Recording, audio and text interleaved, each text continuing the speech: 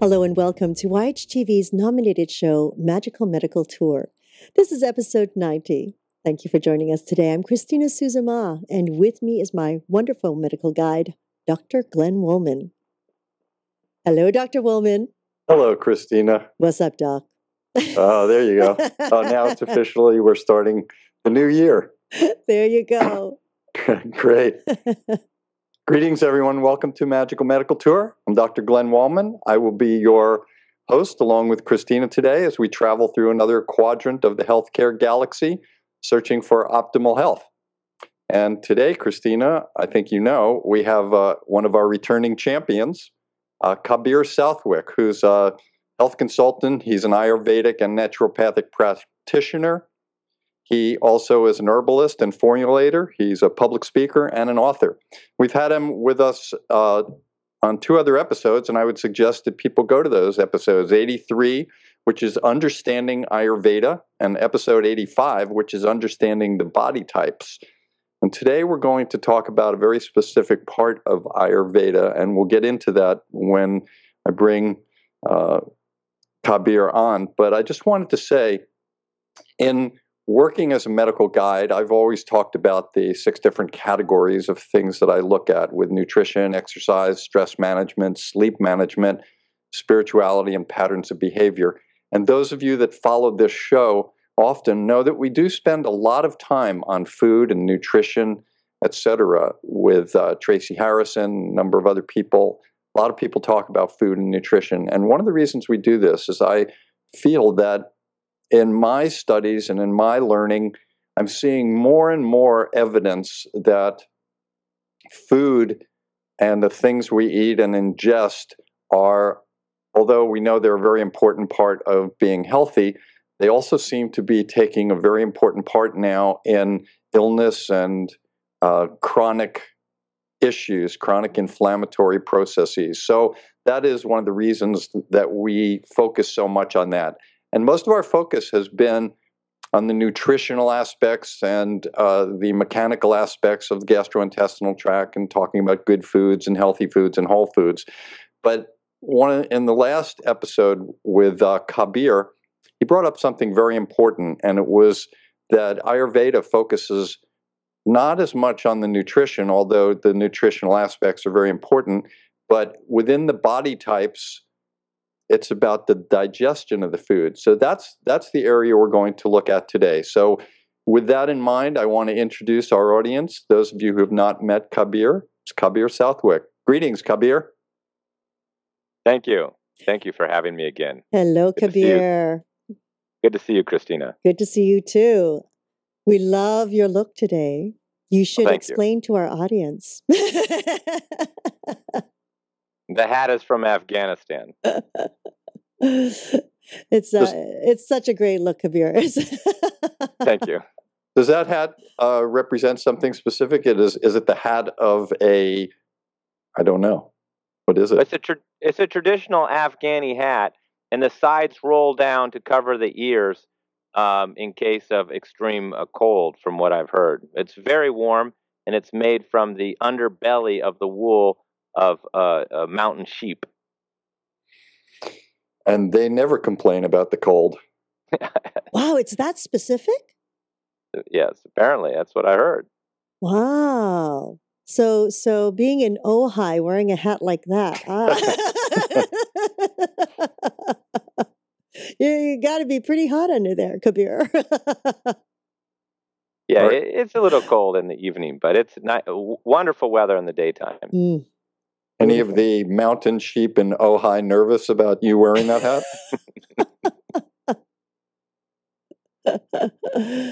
All right, Kabir, enough playing around. Although before we get to it, no, I guess we should do it this way. I want you to review the body types for us, the Pitta, the Vata, and the Kapha, so that as we go through this, people will have an understanding of what we're talking about. Brief review of Pitta. Well, the Pitta Pitta means fire. So the Pitta is the body type that is warm, a warmer body temperature, tendency towards overheating, a strong appetite, muscular, strong upper body strength, generally a very assertive person, and typical digestive problems are heartburn and acid reflux uh, in this regard, yes. Okay, and the vata. The vata is the more thin, skinny, very active, often nervous. A person has difficulty sleeping, a little more tendency towards anxiety, and for digestive issues, their concerns besides are generally constipation, and they also tend to be very dry and have dry skin. And finally, the kapha. Kapha is the most typical to put on weight. They put on weight very easily. They have a more round body uh, shape and more full-figured and voluptuous, we could say. And they tend to be able to skip breakfast very easily. Many kaphas do not have breakfast and have a lower appetite. And their main digestive problem is actually a low appetite or too much mucus and congestion. Perfect. I think that'll be a good review. And as I mentioned earlier in the show, if people go back to some of the earlier episodes, they will find some more in-depth definitions. So in our last episode, Kabir, you brought up something I thought that was really important. You shifted my whole focus for a moment on talking about nutrition and eating and things like that, on concentrating on the body types and the way that each body type is capable of digesting food. I thought that was really interesting because for me, the Ayurvedic practices go back, what, 5,000 years now? Is that around the area that we're looking at? Thousands of years, yes. And I know that in Western medicine, we look at digestion and we understand about the enzymes coming from the pancreas and from the gallbladder and the liver and all of the complex carbohydrates and proteins and lipids. I'm not sure, or I don't know, that the Ayurvedics, the early healers, knew about this, but they knew something. What was it? What was it that gave them their information about digestion? Well, they were clearly aware of the different organs and the functions of the bile and the gallbladder in regards to digestion of fat, and the functions of the pancreas in secreting the digestive enzymes for digestion, and the acids in the stomach. I don't know if they knew of the details in which we know today, but much of which science has discovered today, Ayurveda seems to have known in the past. Ayurveda is not as concerned about the why, and obviously they're not concerned about scientific research and double-blind studies to prove their points. It's really based on their own thousands of years of experience and resolving digestive problems or resolving health problems, and just knowing what works and what the actions of foods are more than understanding why. Did they break down foods into proteins, carbohydrates, and fats, or did they break it down into these are cruciferous vegetables and these are meats and things like that? Well, I can't really say for sure because Ayurveda doesn't speak in these terms of nutrition, but they do speak in terms of hard to digest foods, foods high in fat, foods low in fat, foods that are building, thus protein foods, foods that are good for energy, high carbohydrate foods. So, in general terms, they did teach along those lines. So we clearly know that in Ayurveda there is an emphasis on digestion. Tell us about that. Well, yeah, in fact, Ayurveda sees the source of all disease resulting from poor digestion, or even more specifically, the colon or the large intestines. All disease comes from that. Yes, I can't say that I personally can trace how. And again, Ayurveda isn't that focused on the how or the why, but it is the understanding and teachings of Ayurveda that digestion has to be resolved first in all cases. And of course, this is makes sense from an analytical point of view, even in the terms of, say, taking supplements. If you have poor digestion, you're not able to absorb the nutrients, then even supplementation will not be effective and can be even become undigested and thus toxic. Okay, so and you mentioned this, I think, in your last episode, and maybe in both episodes, where when people come to you with a complaint, you, of course, listen to their complaint and everything, but your first focus, even before necessarily addressing the complaint, is to address their digestion. So that's the start of everything for you, right?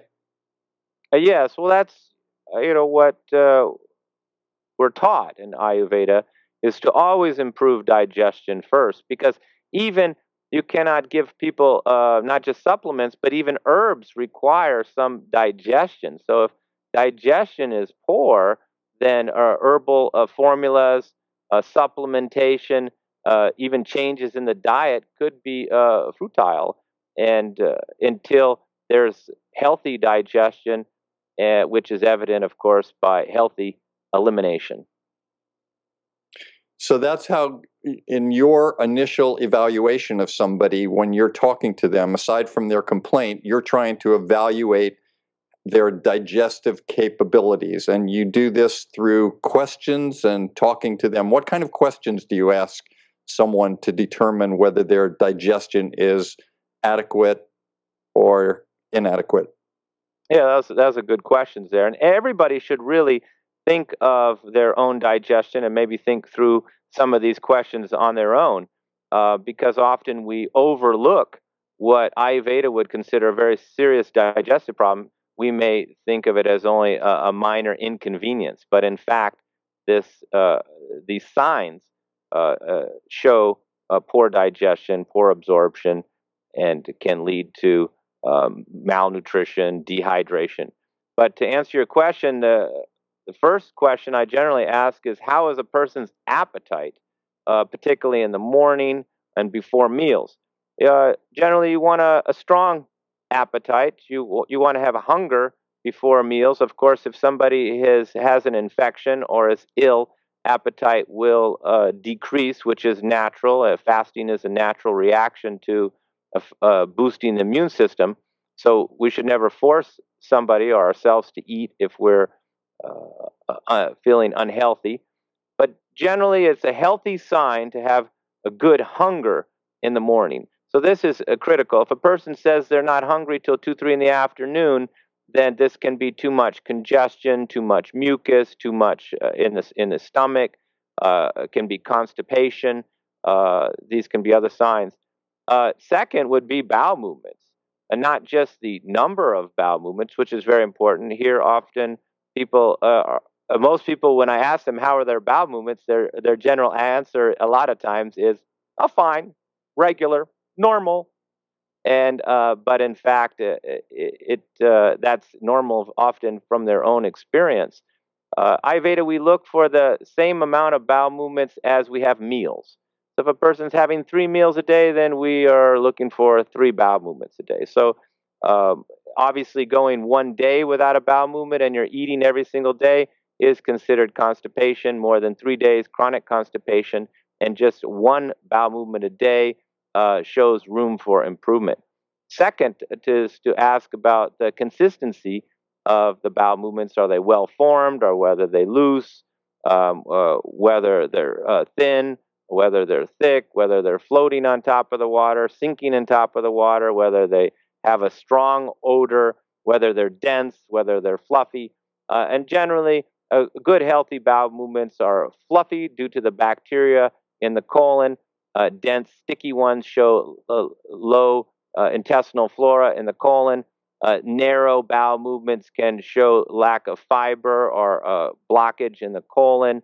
Sinking, dark bowel movements can show toxicity, lack of fatty acids, lack of oil. So these are very important in Ayurveda, and urination also is analyzed.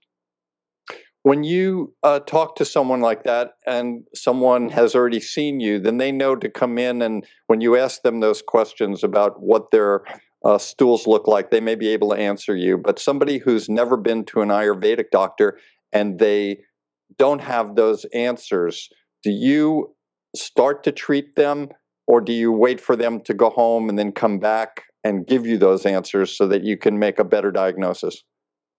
Well, generally, I get right to the point when people call me on the phone. What's your name? What's your height? What's your weight? And what are your bowel movements? So they learned real fast that this is important information for me.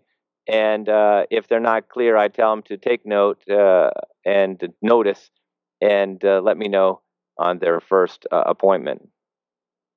Okay, so in terms of appetite, just to summarize for a moment, first is your appetite. Then you also look at urine and bowel movements.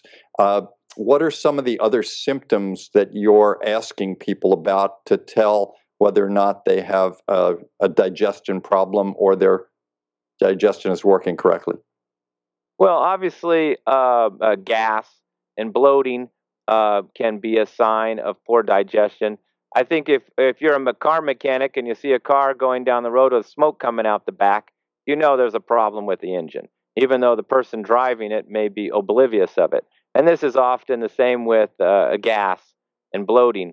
From the perspective of somebody who's trying to improve digestion, gas and bloating is not a good sign and often indicative of weak digestion.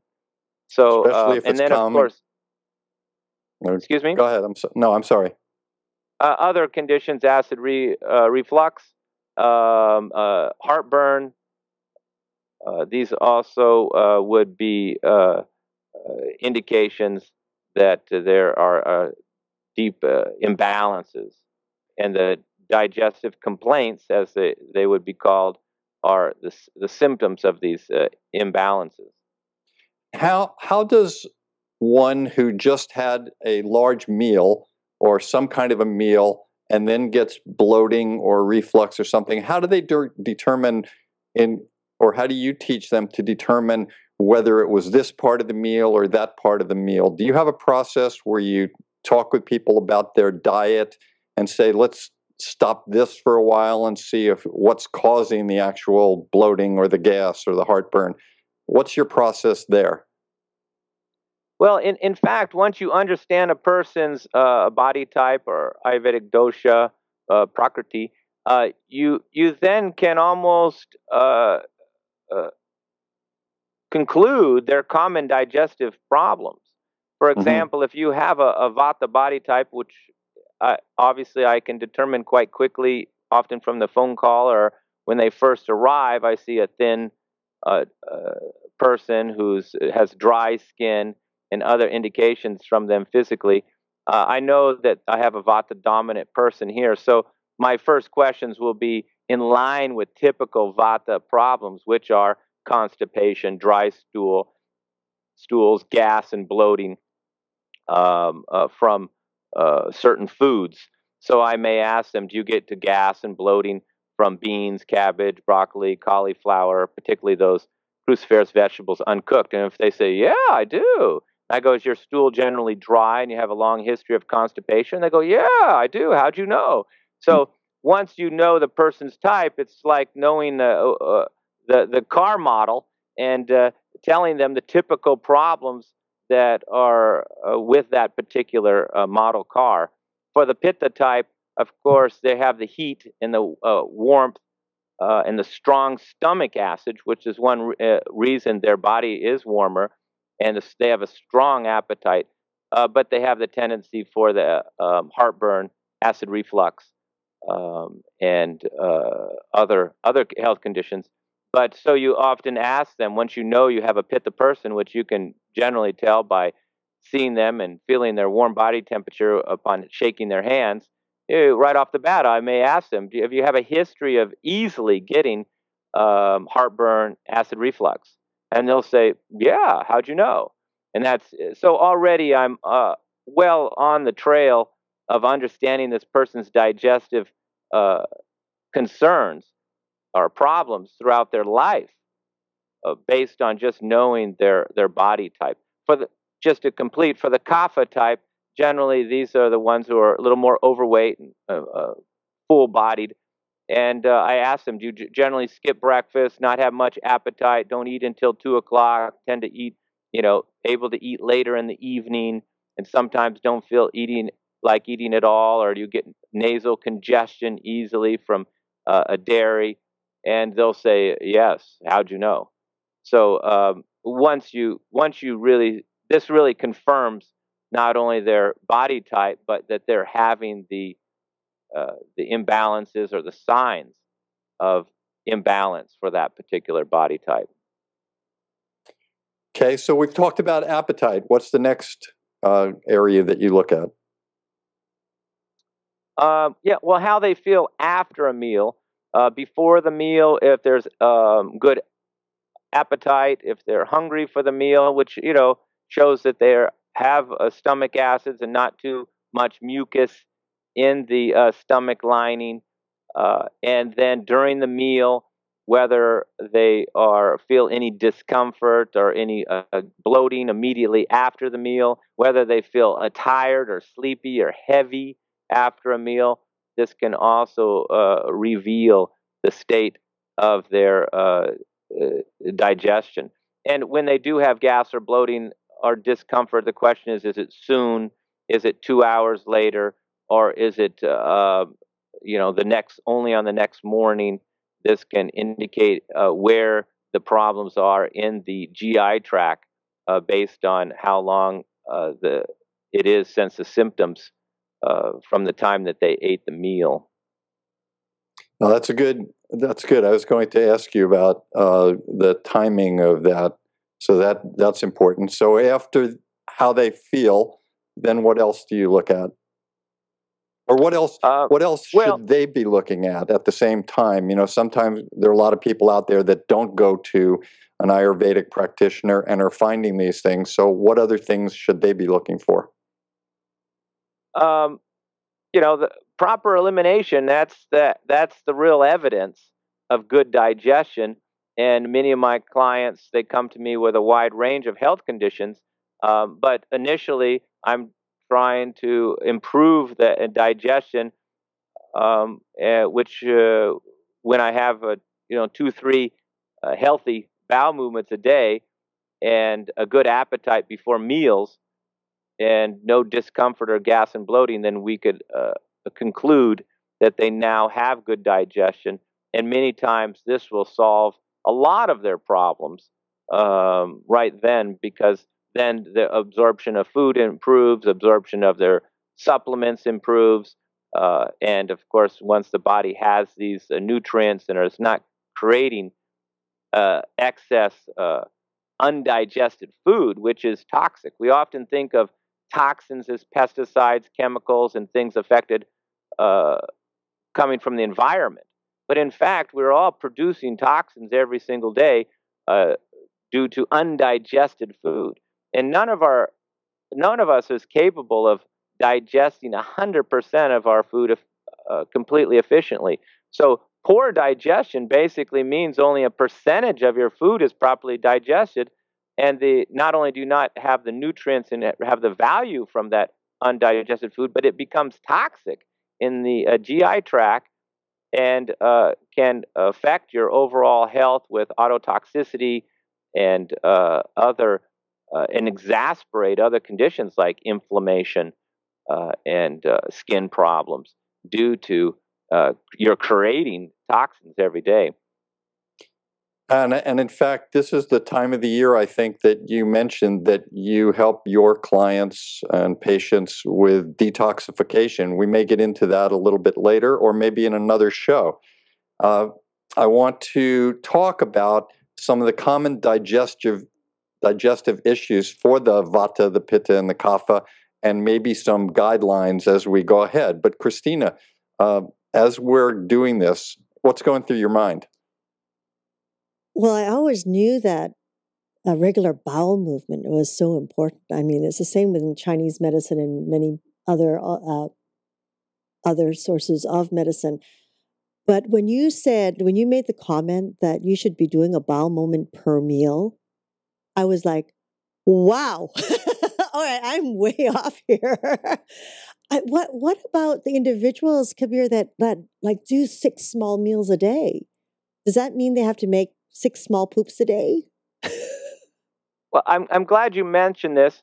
I usually speak to clients about improving their digestion in terms of what they eat, which should be based on their Ayurvedic body type. So, because this is generally geared towards what's going to be suitable for their digestion, and then how to eat, and then third, when to eat. And in fact, the when and the how are more important than the what. We often have people focusing on what they eat, and they're often eating very healthy food, particularly up here in Ojai. People are living out of off of ranches and organic farms and having all organic food, and have there's plenty of digestive problems with people who are eating good food, healthy food. They may not be eating the right food for their body type, but they are eating a technically healthy, whole food. So just what you eat is not always the answer, and there tends to be over focus, I find, on that.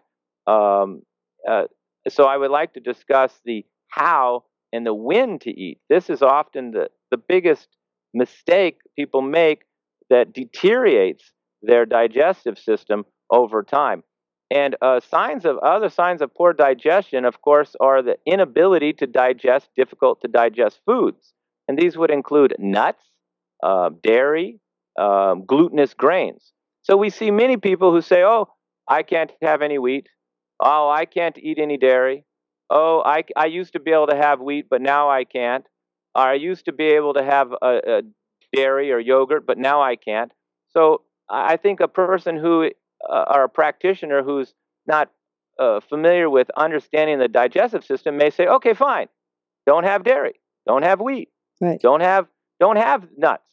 But in fact, to me, that's just a sign of weak digestion, unless, of course, there's a true allergic reaction to these foods. But that's generally not the case. Most people mix up allergic reactions with poor digestion. In fact, they have poor digestion and they're not really allergic to wheat. They're not really allergic to dairy. And their digestive system is just weak. So how did they get the weak digestion? This is really the interesting point. And generally they get it from not eating in a proper manner. And that is having a space between the meals. That's really the key. Snacking on nuts, seeds, crackers, cookies between meals, or like you said, having multiple little meals throughout the day. This will deteriorate your digestive system in a couple years.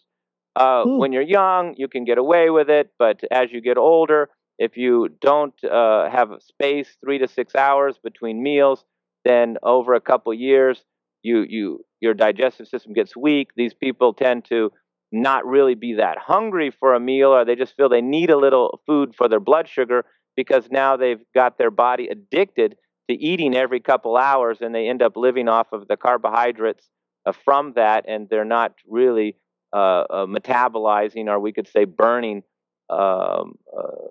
body fat to sustain themselves between meals. So having cookies, crackers, and particularly nuts. This is a disastrous one. I have many people who come in with gas, bloating, and discomfort. And I ask them not what you're eating, but I say, what are you eating between the meals? And they say, well, I like to have nuts between the meals. And this is one of the worst things you could have between meals, unless you have a very strong digestive system and you're very hungry, where you have strong stomach acids to break down that protein. Because nuts if you put them in your stomach, they're going to stay there for a good hour. They're very dense, they're very hard, they are high in protein, they're high in fat, they require bile. So basically, they require all of your digestive capacity to eat a handful of nuts. So an hour or 2 hours later, you're not going to have the enzymes, maybe not the bile, for sure not the stomach acids, to have another big meal. So what do? You have another small meal. And then the cycle begins, and then you're stuck on this eating every couple hours. And of course, it's not very productive in life if you spend this much time eating and preparing food. The body can sustain itself for weeks without food by utilizing its own body fat, assuming that you have some. So I always encourage the client to have a break of a few hours, at least 3 hours between meals, basically based on the amount of body fat that you have in your body. If you're overweight, then why not have 2 meals a day and put 6, 7 hours between there? And that will help you burn that body fat between the meals and have a strong appetite when the next meal comes. And if you're underweight, you could have, like a vata, you could have 4 meals a day and just put 3 or 4 hours between. But still, there needs to be the gap and the break for the digestive system to continue its process, absorbing nutrients, digesting, moving the food down into the colon before you start throwing in more food in the top. The only exception to snacking is fruit. Fruit's very easy to digest. There's almost no protein, except in the case of, say, avocados, and no oil. So it's very easy for the system to, say, have an apple. It just passes through almost like water. So basically, I encourage people to have 2, 3, or 4 meals based on their body type and amount of body fat, and just have fruit between the meals. And if you're going to have nuts and seeds, do like the Chinese and have them with the meals. That recommendation alone, people have come back just in a week and said, no more gas and bloating. I'm hungry for every meal. I feel so much better. Wow. And because of all the fruit, then you start to go a little more regularly. Exactly. And the fruit also adds more liquid, helps improve bowel movements, keeps your blood sugar up between the meals. Just think of grandma. If you came to grandma at 4 or 5 in the afternoon and she, a couple hours before dinner, she's not going to give you a cookie, cracker, or nuts. She's going to give you an apple and know that that'll hold you out for an hour and you'll be still hungry in an hour. So we should think of grandma's advice and not be snacking on these cookies, crackers, and nuts between meals, and allow our appetite to build up so we're actually hungry for the next meal, which is the most important thing for good digestion, is to actually be hungry for the meal. So those people who have issues with low blood sugar, etc., they should be having a fruit as opposed to the nuts and the other crackers or whatever that might be. Yeah, I mean, there are certain cases of diabetics and extreme low blood sugar where you have to be very careful in weaning somebody off of this eating 2 meals. Eating meals every couple hours. There has to be some caution for some people, particularly if they're on medications. But overall, yes, you can wean everybody off of this over time, and they can keep themselves going and keep the blood sugar stable by using a fruit. Obviously, not in excessive amounts if you have high blood sugar issues. Wow. I would want to add to that it is very important that everything we say here is really based on a specific individual diagnosis. We can make some general terms here and there that are good for everybody, but at the end of the day, it's very important that with your practitioner, with your physician, you go over the things that are going on with you and make specific changes for that. If a person, as Kabir said, if a person is a diabetic on different types of medication, there might be an oral medication versus an insulin injection, which helps people to determine how they need to eat and what they need to eat. And usually a person that is a diabetic will go through a lot of training after they make that diagnosis about what are the proper things to eat. No, this is amazing, Kabir. I think you're changing a lot of people's thoughts on diet as we go on. A quick question before we look at some of the common digestive issues. When you talk about how nuts, for example, might be difficult to absorb, if you had them, say, in a blender and you made a juice drink where you soaked the nuts for a while and then you grinded them up, do you have the same issue with that? Or is it a little bit different when they're in the form of a juice? Yeah, obviously, nuts can be a butter. You can soak them. Soak them is very advisable for the Vata body type because nuts are dry, Vatas are dry. Nuts are hard to digest. Vatas have difficult digestion. So the Vata type does much better on soaked nuts. And obviously, you blend them in a Vitamix, then you're liquefying them, and this makes it much easier for the body to absorb them. And in fact, most people don't chew nuts sufficiently enough to even digest them. Pieces of food in the stool generally show that a person has not been chewing their food properly, and that's really the first lesson in digestion is chewing the food properly. In India, I would sit with an Indian doctor, and we would all sit around because he was making us chew each bite 20 times before we were allowed to swallow it. Of course, we only did this when he was present, but it did prove a point that it improved digestion tremendously. Everybody, after eating with this man for just a few days during a type of retreat where we had the pressure on us to really chew our food and eat slowly, we all noticed improvements in our energy levels, smoother bowel movements, no pieces of stool in there. So it's very important to masticate and really chew the food properly. And that makes me think of a few other poor habits that people have that adversely affect their digestion. Eating too quickly, number one. Eating in the car. Eating while standing. In Ayurveda, they strongly speak against eating while standing. In fact, they prefer that you're sitting on the floor, not on a chair. And I think there has been some scientific research that has stated that the intestinal tract is in a better position to digest and eliminate if we sit on the floor over chairs. Definitely sitting on a toilet, a Western toilet, makes it more difficult for our colon to have bowel movements. So either a flat toilet or putting a stool in front of your toilet and raising up your knees up to your chest level while going to the bathroom will help a lot in this regard. But I always encourage people, don't eat fast, sit down, take your time, don't eat, chew each bite consciously, try not to talk too much and do other things while eating, and definitely don't be eating in the car. Again, the only real exception is probably fruit and teas, which teas also have nutritional value, but they're very obviously easy to absorb.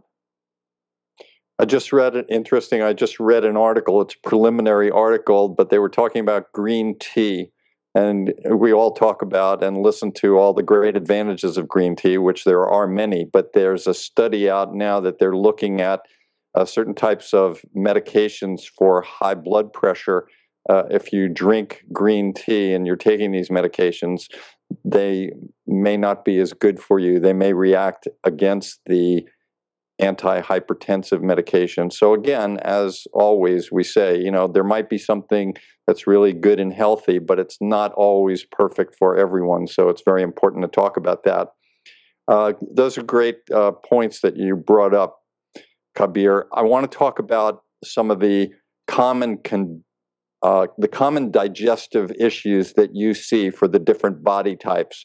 What would you say is the most common, and what's the basic guideline and home remedy for the most common digestive problem? Gas and bloating is a big issue. And once you, first I try to address the eating habits as far as, not snacking, as we mentioned, not eating too quickly, putting more space between the meals. And this goes a long way and often solves the problem over half the time. And certain fruits and vegetables can contribute more to gas and bloating. Often poor food combining is a source of gas and bloating, particularly if the flatulence is very stinky. This means that it's fermented too long through the it's processed through the GI tract, and often this is due to combining too much fruits and vegetables. We see this a lot with people juicing, putting greens in, and then berries in, and blueberries and kale. And when I have people journal their diet, I can see these wild combinations. And they're having, sometimes they'll say, I have gas and bloating every afternoon. And then in the morning, they're having one of these fruit and vegetable juice smoothies. Often, many of these protein powders that we see often combine vegetable powders plus acai berries and goji berries and everything else that they can think of, and they put it in there.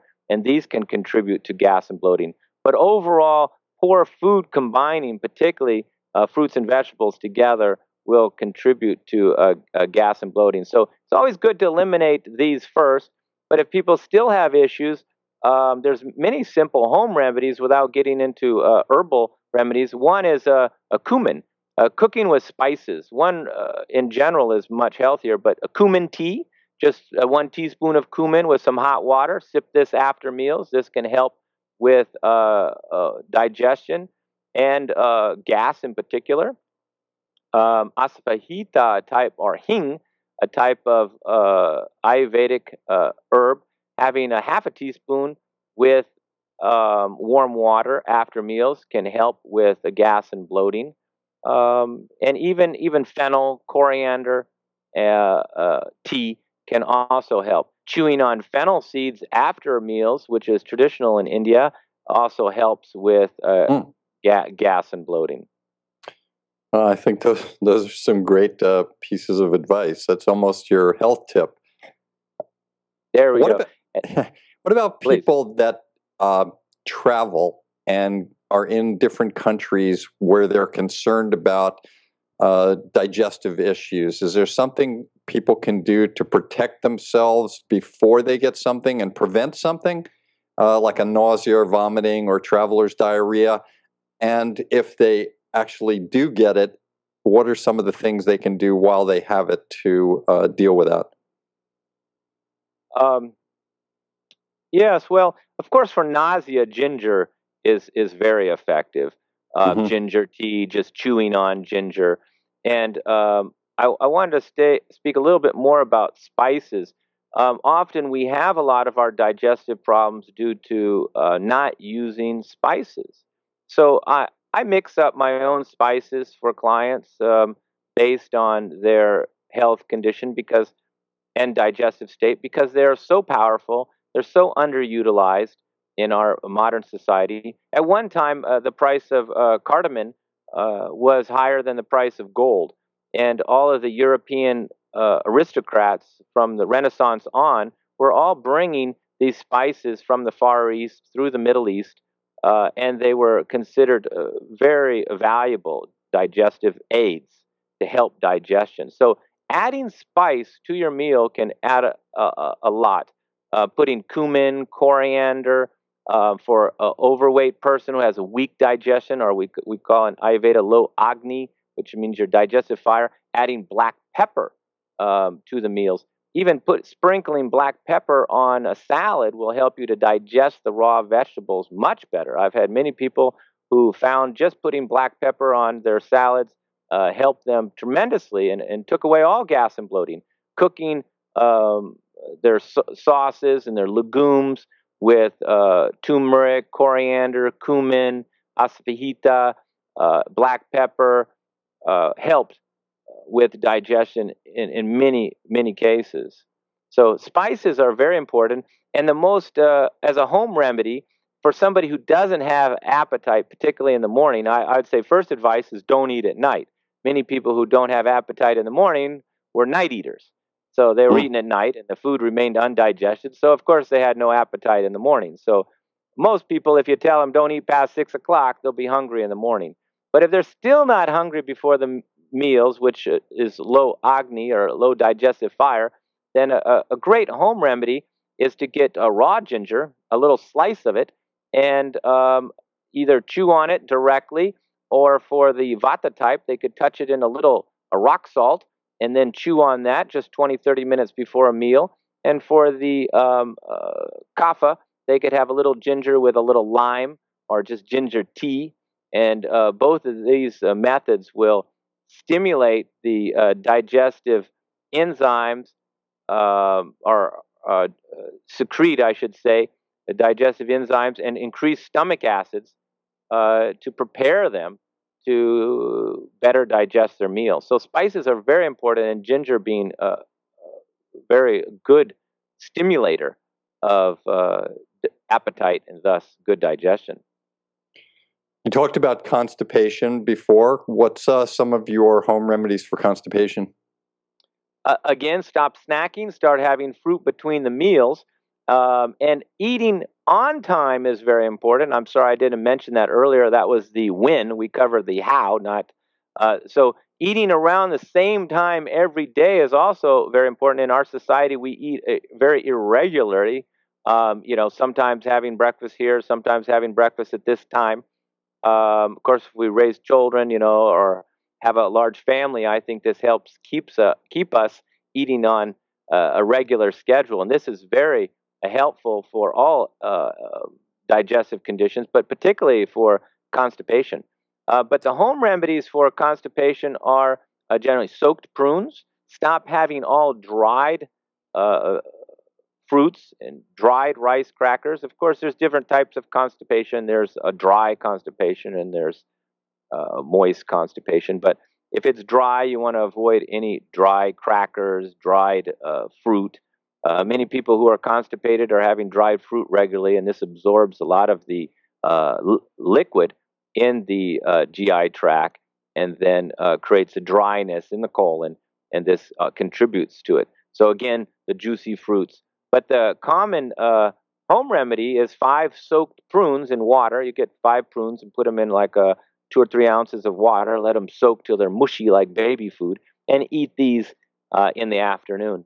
Another good home remedy is homemade yogurt. You can't use Vaughn's yogurt, but you have to have a naturally made yogurt with the healthy bacteria in it, and mix it with, say, 1 or 2 teaspoons of ground flax or even a psyllium husk, and have this in the evening. This will obviously bulken up the stools. So, of course, some people, they don't have enough fiber, so just adding in more fiber. I believe most people are deficient in fiber. We don't get enough fiber. And this is one problem with relying on juicing for a meal, is there's no fiber in a juice unless you're making it in a blender over a juicer. So increasing the fiber is very important. Ground flax is a soluble and insoluble fiber, and it has other healthy fats, which make it very good to add to your oatmeal. A couple teaspoons of ground flaxseed, sprinkling flaxseed on your meals, cooking legumes and beans with some flax.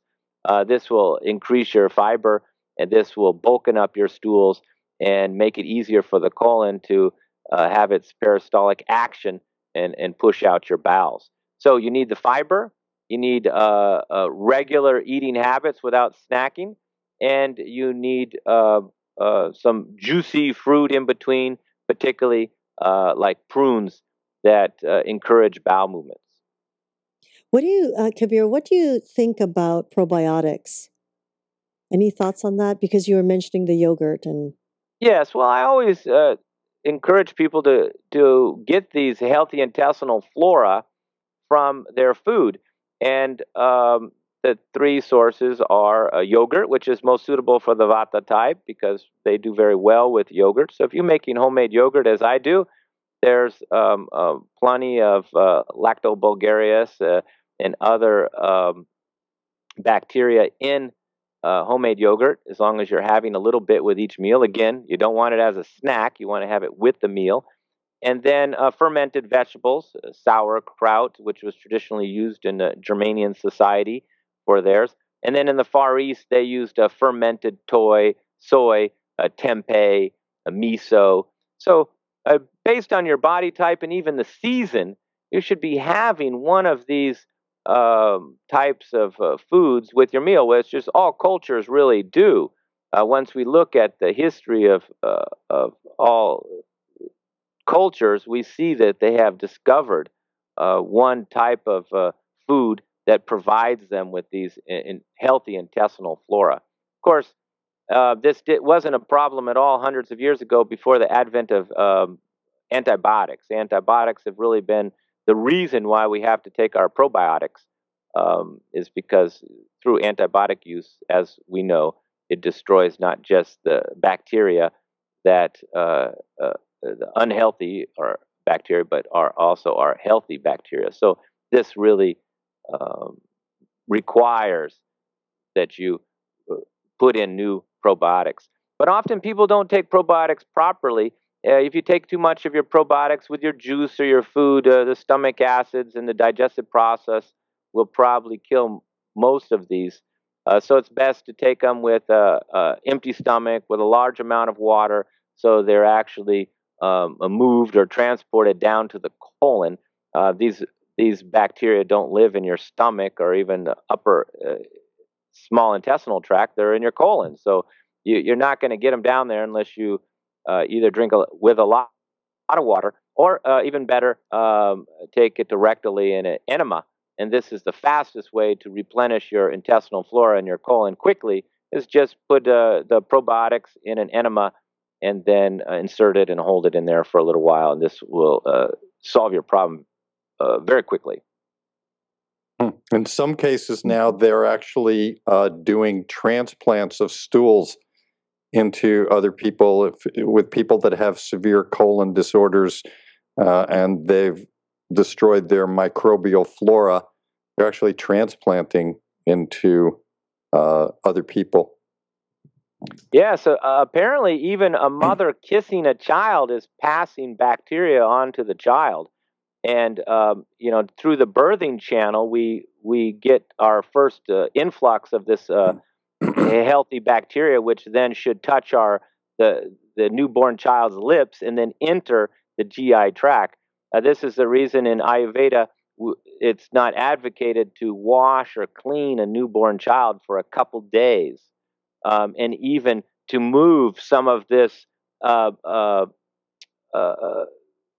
this covering that comes over a newborn child towards the mouth of the child to allow this bacteria coming from the mother into the GI tract to begin the healthy growth of this bacteria in the newborn child, to protect it, because the immune system is dependent on this bacteria. So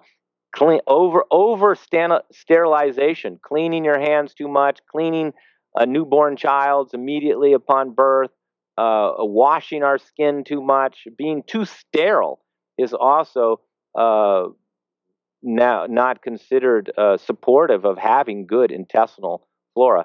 In fact, children even put dirt in their mouth in a subconscious way to replenish their own intestinal flora. Of course, we in the delivery room, after we make sure the baby is okay, the first thing we do is clean them off totally. That's right. So that's an interesting process. Kabir, I want to ask you about, there are many people now that are suffering from arthritic diseases and inflammation of joints, rheumatoid arthritis, and a number of other arthritides. And we talk about some of the foods that are inflammatory, that are aggravating these joints and inflaming them and causing inflammation in many different parts of the body. Do you have an anti-inflammatory diet that you suggest? I know that's a big question, but just in general.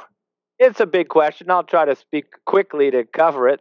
But Ayurveda had identified these foods thousands of years ago, which always surprises me when I read some research here in the West where they've come to a conclusion of something that was taught to me that apparently came from teachers thousands of years ago.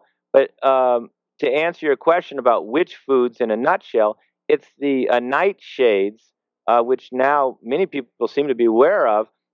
Tomatoes, eggplant, white potatoes, all the peppers, and even paprika fall in that category, and they are extremely inflammatory and irritating. even to the intestinal tract. And the Pitta body type, by the way, who has a tendency towards to have inflammation, loose stools, and it does not do very well with this category of vegetables. So I've had many people come to me with arthritic pain or joint pain, and who are having tomato sauce 2 or 3 times a week, and are growing tomatoes in their backyard and consuming them in large amounts. And after even 2 or 3 days, noticed a 10 or 20% reduction of their joint pain just by eliminating tomatoes alone. But once they get rid of all of these nightshades, they'll notice an improvement. And there's much more research coming out to support this. But in the as far as fruit, it's the citrus that are inflammatory and heating, particularly the grapefruit and most citrus fruits. And again, these are not advised for the Pitta body type because of their irritating effect on the intestinal tract, their warming effect, which now we know is due to their high niacin content. So those are eliminated. And as far as grains, the most inflammatory grains are corn, whether it's organic or and rye, and the most anti-inflammatory grains are barley. And so basically, if you put somebody on even a basmati rice is a little sweet and it's less inflammatory than other grains. So say, but barley would be the best. Barley, lentils, steamed squashes with anti-inflammatory spices, turmeric, dill, fennel. These are all very calming for the intestinal tract and very anti-inflammatory. Generally, even a person with severe arthritic pain who's having difficulty walking or even driving a car due to the pain can see a reduction of maybe as much as 50% of their pain just by changing to this anti-inflammatory diet. Kabir, I have a question. When Please. you talk about nightshades as a food group, sort of, what's the difference in contrast to the berries called, nightshade, which are highly poisonous? Is there any relation?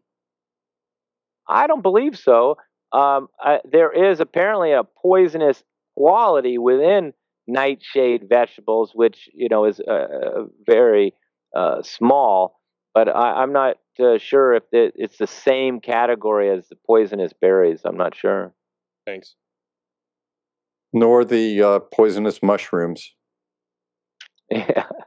Kabir, you've given us a lot to chew on here, Kabir, no pun intended. We're speaking with Kabir Southwick, our health consultant, Ayurvedic and naturopathic practitioner, coming to the end of the show. And we would love to hear, although you've given us many so far already today, a specific health tip for us.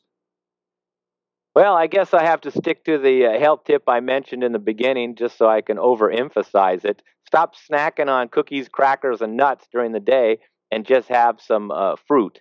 Now, of course, I'm giving these advice in general terms, but it should be based on your health condition and, even more importantly, your body type. So certain fruit are suitable for certain body types and certain vegetables for other body types.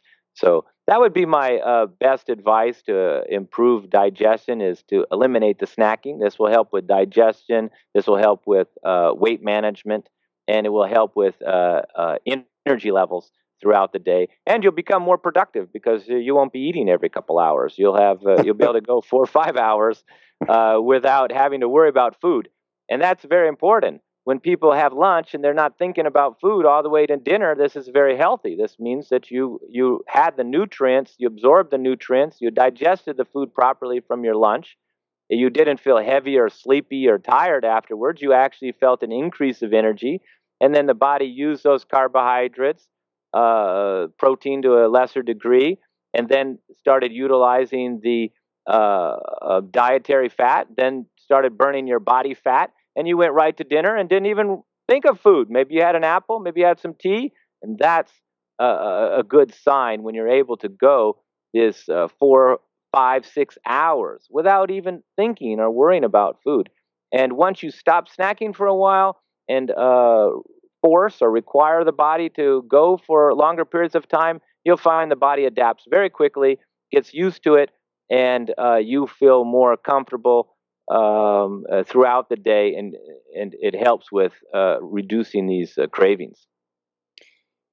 Well, that was a great health tip, and we were fortunate to have another show with you coming up in February. Christina, any final thoughts? Oh, this is this is a good show because Kabir, it's what you've shared with us about the bowel movements, as well as snacking on the nuts and everything. That's one of the common things that people go towards is the nuts and the dried fruit, because it's easy to pack, it's easy to take with you, but it goes against what a lot of diets, quote unquote, diets that are out there for weight loss. It goes against a lot of that. And meanwhile, you're telling us now, well, when you're snacking like that, you're not going to lose the weight. Yeah, because you're just burning or utilizing the foods that you're eating. If you want to lose weight, you have to burn the body fat off. And if you want to burn the body fat off, you have to stop eating, so the body is required to burn it. That's why the body stored it, because you consumed more than you were able to burn off in your activity. So if you eat, don't stop eating, but you're just putting more space between the meals. And the other point I think I made is try to eat around the same time every day, and to not eat on an irregular basis. Stick to your schedule. This will also strengthen your digestive system very fast. And the last tip is fennel seeds. Have fennel seeds after every meal. I have them right here on my desk, and you chew a few fennel seeds after every meal, and that soothes the digestive system. It could even help with people who get heartburn or acid reflux, and it calms the digestive system after a meal. And if you go to an Indian restaurant, you see at the door, they always have a little fennel seeds. That's my tip there. Have fennel seeds after every meal. Thank you. Wow, that's 2 tips, Glenn. I know. I got more tips. We could just do a whole class on tips. I'm just thinking about most of the restaurants that I see that up at the front, they have mints and candies and oh my gosh, yes. all sorts of other things. And like you said, the fennel in the Indian restaurants. Amazing. Oh, sorry, one more tip. Don't drink water before the meal, particularly cold water. When you're in a restaurant and they bring cold water to your family, I tell them to remove it. I'm just about ready to have a nice Indian meal, because I really only go to Indian restaurants. And I don't want them bringing cold water to snuff out my stomach acids or my family's stomach acids prior to the meal. We're all hungry. Don't be giving us cold water. Let us bring the food on. We're ready. So having cold water before a meal, particularly ice water, is disastrous. You probably have lost 50% of your digestive capacity just by having a half a glass of ice water before a meal. Yeah, we talk about that with Tracy Harrison, one of our nutritionists. She always talks about water, when you should have it, when you shouldn't have it, based on the meal times. I'm very grateful to our very special guest, Kabir Southwick, our Ayurvedic doctor and naturopathic practitioner. Christine and I really enjoy these shows, and I know when people are watching these shows and listening to them on their podcasts, they're going out, people are changing their diets, and a lot of talk about this as we go on. So we're much appreciative, and thank you for sharing, again, your wisdom and expertise with us. I'd also like to thank, yes, definitely. I want to thank my teachers and my healers who have allowed me to go on my journey, and Christina and Yoga Hub and Segovia for all of the work that they're doing. And I look forward to seeing each and every one of you again in our next episode. But until then, I wish you all optimal health. Thank you, Dr. Glenn Woolman. Thank you, Dr. Kabir Southwick. This is another fantastic show. Now we all have to refocus on how we eat and how we poop. Right. And of course, we would like to thank each and every one of you for joining us in this new platform of education and information. We're grateful for your continuous support and look forward to hearing your feedback on how we can serve you better. We invite you to join us on Tuesdays for Magical Medical Tour at 10:30 a.m. Pacific, 1:30 p.m. Eastern. Wednesdays for Trinity of Life at 11 a.m. Pacific, 2 p.m. Eastern, followed every other week with Flowing into Awareness with Anatara. And we look forward to bringing you a new slate of shows this 2014 and encourage you to look out for our newsletter of when to join us for those shows. You can connect with Dr. Glenn Woolman by following him on Twitter at Glenn Woolman, and of course through his own website, glennwoolman.com, where you can learn about his Metaphor Square Breath. You can also connect with our special guest, Dr. Kabir Southwick, at naturalhealingwest.com. naturalhealingwest.com. I really encourage you to go to his site there. He has so many articles, so much wonderful, wonderful information on his site alone, and you can contact him directly through that. Again, we're very grateful for your feedback and your support. If you have any questions for Dr. Glenn Woolman or Kabir Southwick, please just type them into the website. And we will get back to you. We will pass those questions or comments on to them, and we will get back to you. Or if you prefer to call us directly at 818-LETS-TALK, 818-LETS-TALK. And when you leave the message, be sure to say who it's for and how we can contact you back so we can send you the response. And again, we're grateful for your continuous support. Until next time, namaste.